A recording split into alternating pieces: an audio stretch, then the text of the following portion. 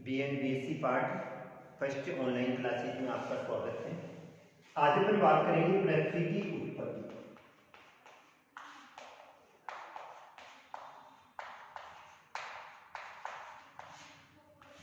यानी पृथ्वी की बात करें तो पृथ्वी सौर मंडल का एक ग्रह है। यानी पृथ्वी का निर्माण किस प्रकार से हुआ, और अपन जब ये अध्ययन करते हैं भाई पृथ्वी का निर्माण इस प्रकार से हुआ तो अपने को संपूर्ण ब्रह्मांड के निर्माण प्रक्रिया का अध्ययन हो जाता है। क्यों? क्योंकि जिस प्रकार से पृथ्वी का निर्माण हुआ है उसी प्रकार से अन्य ग्रहों का निर्माण हुआ है, उसी प्रकार से तारों का निर्माण हुआ है, उसी प्रकार से सूर्य का निर्माण हुआ है, उल्कापिंड, क्षुद्र ग्रह, इन सबका निर्माण उसी प्रकार से हुआ है। क्योंकि समस्त ग्रहों का अगर अपन अध्ययन करते हैं तो जितने भी ग्रह वो दो प्रकार की क्रिया करते हैं, एक परिक्रमण करते हैं, एक परिभ्रमण करते हैं। अर्थात सभी ग्रह सूर्य के चारों ओर चक्कर लगाते हुए अपने स्थान पे भी घूर्णन करते हैं, और सभी ग्रहों के इस नियम के अनुसार यही स्पष्ट होता है कि पृथ्वी का जो निर्माण हुआ है उसी के अनुसार संपूर्ण ब्रह्मांड का निर्माण हुआ है। विभिन्न भूगोलवेताओं ने अपने अलग अलग मत पर प्रदर्शित किए और इसको अपन कल्पना के आधार पर लेते हैं। इस कारण से इसको परिकल्पना कहा जाता है। परिकल्पना का मतलब होता है उस समय किसी भी प्रकार के किसी भी मानव का निर्माण नहीं हुआ था, मनुष्य का जन्म नहीं हुआ था, और मनुष्य का जन्म नहीं होने के कारण से वर्तमान में ये वाले जितने भी प्रमाण होते हैं ये केवल कल्पनाओं के आधार पर टिके हुए हैं। अर्थात शायद पृथ्वी का निर्माण ऐसे हुआ होगा, कोई कहता है इस प्रकार से हुआ होगा, अतः इनको क्या कहा जाता है? परिकल्पना कहा जाता है। और इसके संदर्भ में दो परिकल्पना है, एक तारक परिकल्पना और दूसरी आती है द्वितारक परिकल्पना।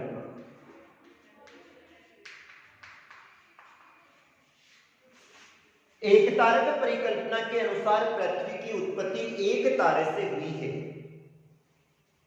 और द्वितारक परिकल्पना के अनुसार पृथ्वी की उत्पत्ति दो तारों के संयोग से हुई है। एक तारक परिकल्पना की बात करें तो एक तारक परिकल्पना कांट ने दी थी और लाप्लास ने दी थी। द्वितारक परिकल्पना की बात करें तो जेम्स जीन्स ने दी थी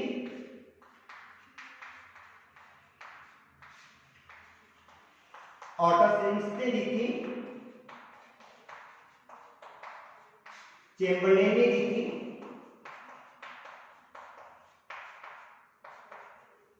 पर एक सिद्धांत तोड़ लेते हैं अपन, बिग बैंग लेते हैं। बिग बैंग का स्थिति सिद्धांत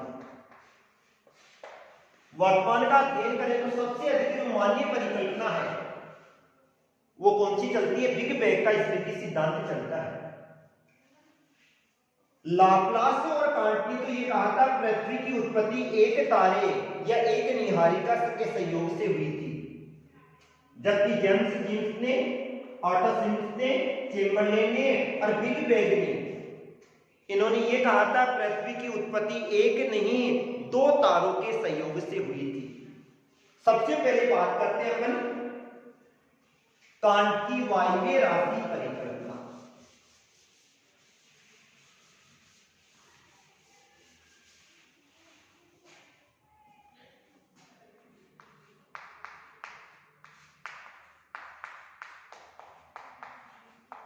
कांट की वायवीय राशि परिकल्पना, इस परिकल्पना का जो प्रतिपादन है वो कांट ने सन 1953 में किया था। कांट ने अपनी वायवीय राशि परिकल्पना का प्रतिपादन सन 1953 में किया था, और इन्होंने अपनी संपूर्ण परिकल्पना गुरुत्वाकर्षण के नियमों के आधार पर प्रदर्शित की थी, और इन्होंने ये कहा था संपूर्ण ब्रह्मांड का निर्माण है वो एक निहारिका से हुआ है। इस निहारिका की अगर अपन बात करें तो प्रारंभ से संपूर्ण ब्रह्मांड में एक निहारिका थी,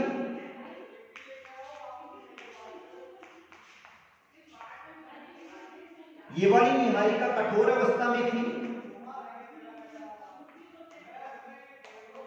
गतिहीन अवस्था में थी और शीतल अवस्था में थी।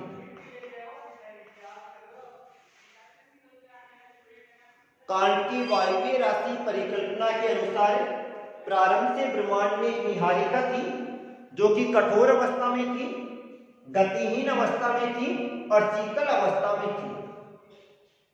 इस निहारिका की बात करें तो जैसे जैसे समय बीतता गया, निहारिका के जो कण थे वो आपस में टकराने लगे और जैसे ही निहारिका के कण आपस में टकराने लगे, निहारिका का प्रारूप भी परिवर्तित हो गया और निहारिका का जो प्रारूप परिवर्तित हुआ, इसके कारण से निहारिका कठोर से कोमल अवस्था में हो गई,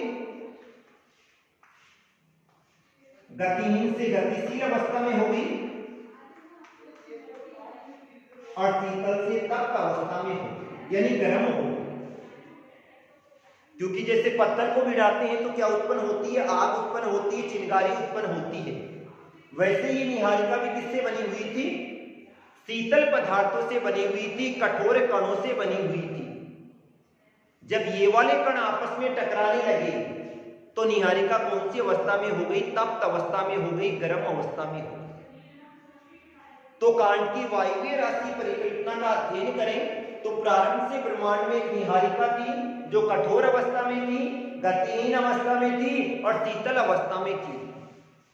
कणों के आपसी टकराव के कारण से निहारिका परिवर्तित हो गई, कोमल हो गई, गतिशील हो गई और तप्त हो गई। जैसे ही ये वाली निहारिका चक्कर लगाने लग गई और चक्कर लगाने के कारण से निहारिका का बाहर वाला पदार्थ कहां पर आ गया? बीच में आ गया। और जैसे ही बाहर वाला पदार्थ बीच में आ गया, निहारिका में बीच वाले भाग में क्या उत्पन्न हो गया? उभार उत्पन्न हो गया। अर्थात निहारिका बीच से मोटी हो गई और इसके किनारे क्या हो गए? पतले हो गए।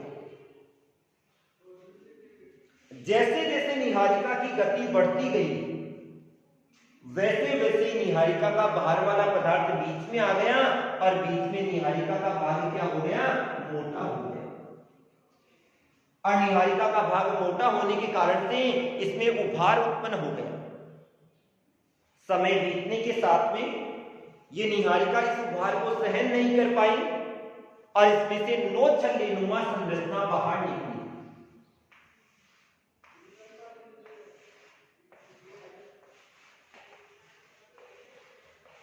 ये वाले नोके नो छल्लेनुमा संरचना अपने क्या कहलाए? ग्रह कहलाए। अर्थात क्या बन गए? ग्रह बन गए। निहारिका का बचा हुआ भाग सूर्य कहलाए। तो ये तो सूर्य हो गया, ग्रहों में ये अपना बुध हो गया, शुक्र, पृथ्वी, मंगल, बृहस्पति, शनि, अरुण, वरुण और यम। यम की मान्यता क्या हो गई थी? समाप्त हो गई। तो निहारिका का बचा हुआ भाग तो सूर्य कहलाया और ये वाले क्या बन गए? ग्रह बन गए। जो ग्रह आकार में छोटा था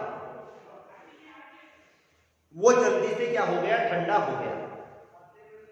लेकिन जो ग्रह आकार में बड़ा था वो वैसे ही चक्कर लगाता गया और वैसे ही चक्कर लगाने के कारण से पुनः उसमें उभार उत्पन्न हो गया और इसमें से उपछल्ले बाहर निकले और उन उपछल्लों के द्वारा किसका निर्माण हुआ? उपग्रहों का निर्माण हुआ। स्पष्ट क्या हो रहा है? सूर्य भी बन गया, ग्रह भी बन गए और क्या बन गए? उपग्रह भी बन गए। तो कांट की वायवीय राशि परिकल्पना के अनुसार प्रारंभ से ब्रह्मांड में एक निहारिका थी जो कठोर अवस्था में थी, गतिहीन अवस्था में थी और शीतल अवस्था में थी। कणों के आपसी टकराव के कारण से इसमें ताप उत्पन्न हुआ, गति उत्पन्न हो गई और निहारिका चक्कर लगाना प्रारंभ कर दिया। धीरे धीरे निहारिका के बाहर का पदार्थ बीच में आने लग गया और बीच में से उभार उत्पन्न हो गया और उसमें से छल्ले बाहर निकले। वो छल्ले क्या कहलाए? ग्रह कहलाए। उसी निहारिका का बचा हुआ भाग क्या कहलाया? सूर्य कहलाया। इन छल्लों से छल्ले भी बाहर निकले और वो क्या कहलाए? उपग्रह कहलाए। लेकिन इसके बाद भी इस परिकल्पना को अमान्य कर दिया गया। अमान्य क्या कह के किया गया? सबसे पहली बात आती है, एक छोटी सी निहारिका से इतने बड़े ब्रह्मांड की रचना कल्पना मात्र है। और ये बात सही भी है।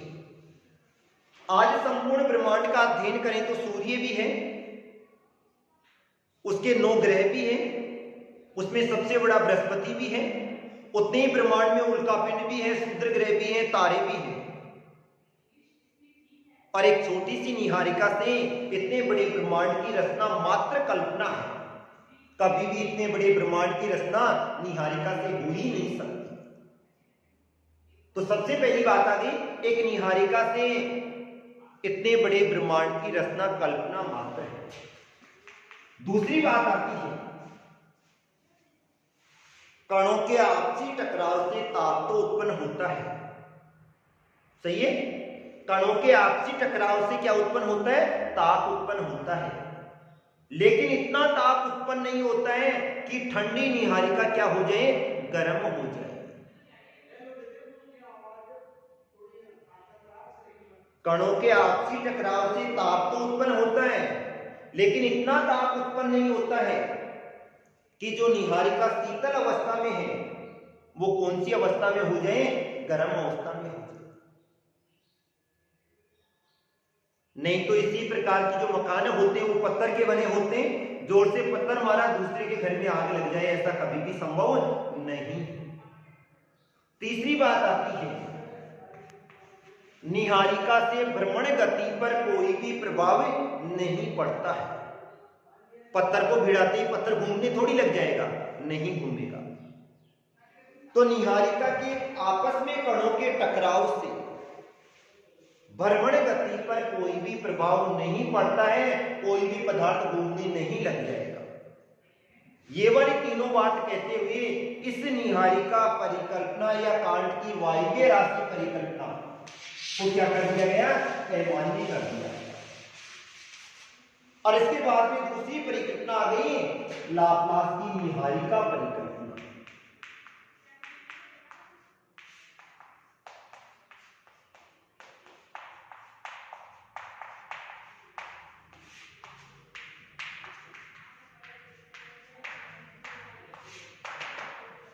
लाप्लास महोदय थे, ये कांट महोदय से थोड़े से चालाक थे और इन्होंने जहां पर कांट महोदय की आलोचना हुई उन आलोचना का पॉइंट ही हटा दिया, अर्थात उससे आगे से अपनी परिकल्पना को प्रारंभ कर दिया। और इन्होंने क्या कहा कि प्रारंभ से ब्रह्मांड में एक निहारिका थी। प्रारंभ से ही ब्रह्मांड में क्या थी? एक निहारिका थी जो कि तप्त अवस्था में थी और गतिशील अवस्था में थी। लाप्लास महोदय की निहारिका परिकल्पना के अनुसार प्रारंभ से ब्रह्मांड में एक निहारिका थी जो कि तप्त अवस्था में थी और गतिशील अवस्था में थी। जैसे जैसे समय बीतता गया, समय बीतने के साथ में वायुमंडल ठंडा होने लगा और जब वायुमंडल ठंडा होने लगा तो निहारिका भी क्या होने लगी? ठंडी होने लगी। लाप्लास महोदय के अनुसार प्रारंभ से ब्रह्मांड में एक निहारिका थी जो तप्त अवस्था में थी और गतिशील अवस्था में थी। वायुमंडल ठंडा होने लगा तो निहारिका भी क्या होने लग गई? ठंडी होने लग गई और निहारिका का आकार क्या होने लग गया?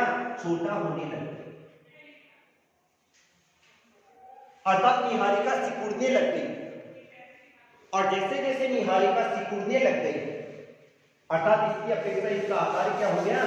छोटा हो गया।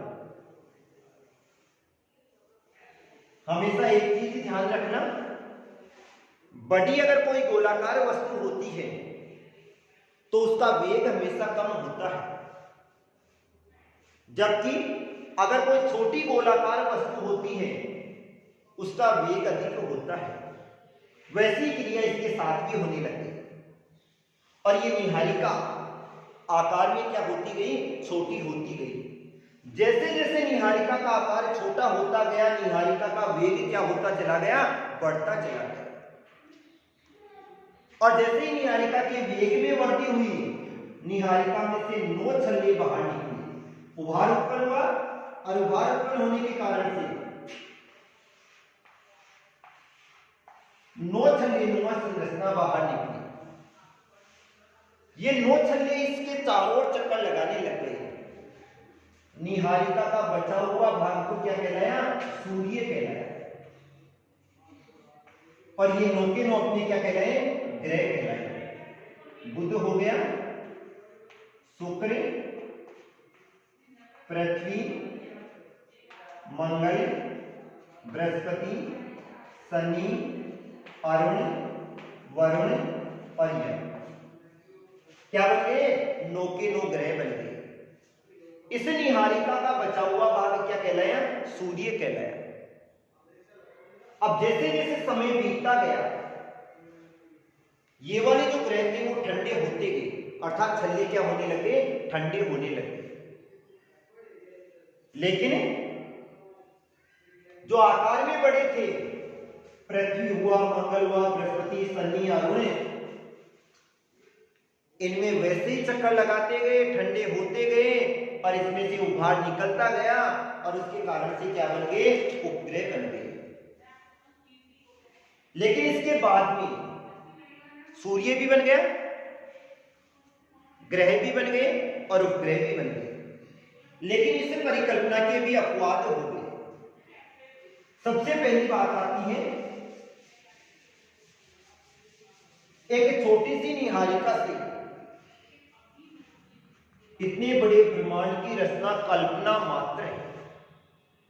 अर्थात एक छोटी सी निहारिका से इतने बड़े ब्रह्मांड की रचना कभी भी नहीं हो सकती है। दूसरी बात आती है, आज ग्रह कितने हैं, वैसे तो 8 ही हैं, लेकिन प्रारंभिक बातों को माने तो ग्रह 9 थे। तो निहारिका में से 9 ही छल्ले बाहर क्यों निकले? एक भी निकल सकता था, 2 भी निकल सकते थे, 5 भी निकल सकते थे। इस निहारिका में से 9 ही छल्ले बाहर क्यों निकले, कमियां अधिक क्यों नहीं निकले? तो इसके आधार पे इस परिकल्पना को अमान्य कर दिया। चलो अपन मान ले भाई इसी में से छल्ले बाहर निकले थे। आज लाखों करोड़ों वर्ष बीत गए, आज भी अपने को ऐसा प्रतीत होना चाहिए कि सूर्य में से एक और छल्ला बाहर निकलेगा, लेकिन उस सूर्य में से कोई भी छल्ला बाहर नहीं निकलता है।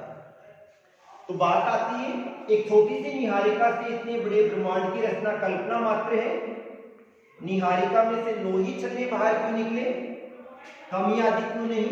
और अगर इसमें से निकले तो वर्तमान में ऐसा प्रतीत होना चाहिए कि सूर्य में से, क्योंकि बचा हुआ भाग क्या कहलाया था, सूर्य कहलाया था, तो वर्तमान में ऐसा प्रतीत होना चाहिए कि इस सूर्य में से और भी छल्ले बाहर निकलेंगे और वो क्या कहलाएंगे, ग्रह कहलाएंगे।